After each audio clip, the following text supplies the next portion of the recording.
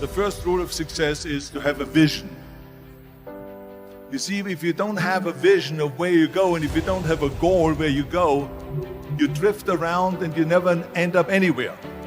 It's like you can have the best ship in the world, you can have the best airplane in the world. If the pilot or the captain doesn't know where to go, it would just drift around. It would not end up anywhere, or most likely in the wrong place. So I was very fortunate that I stumbled onto my vision.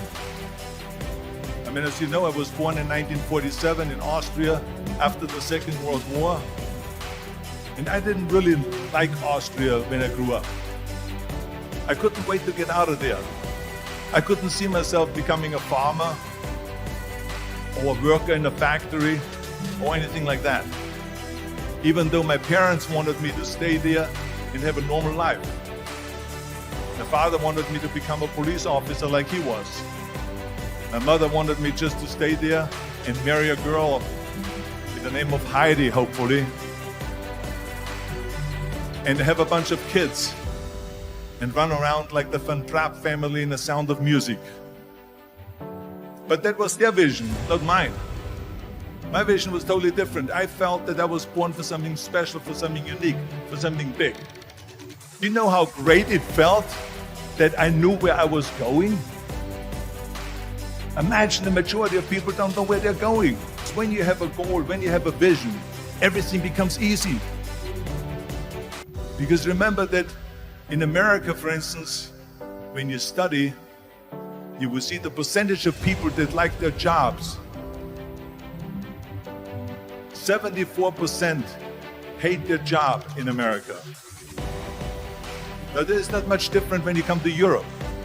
The majority of people don't like what they're doing because they're really not doing it because they didn't have a goal and they followed this goal.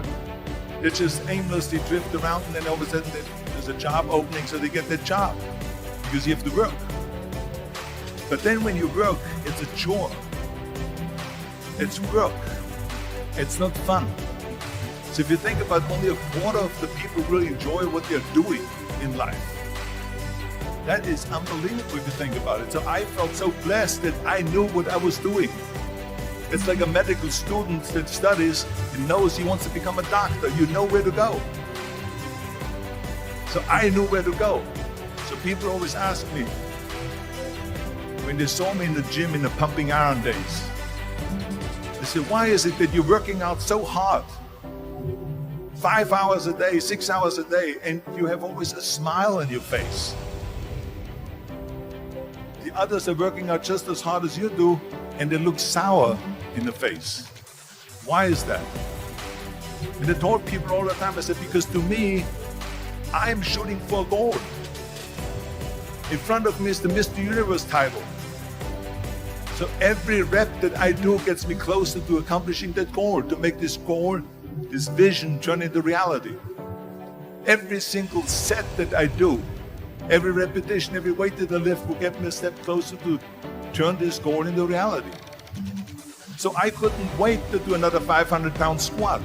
I couldn't wait to do another 500-pound bench press. I couldn't wait to do another 2,000 reps of sit-ups. I couldn't wait for the next exercise, for the next half hour of posing and all the kind of things that you have to do to be a champion. And with the age of 20, I went to London and I won the Mr. Universe contest as the youngest Mr. Universe ever.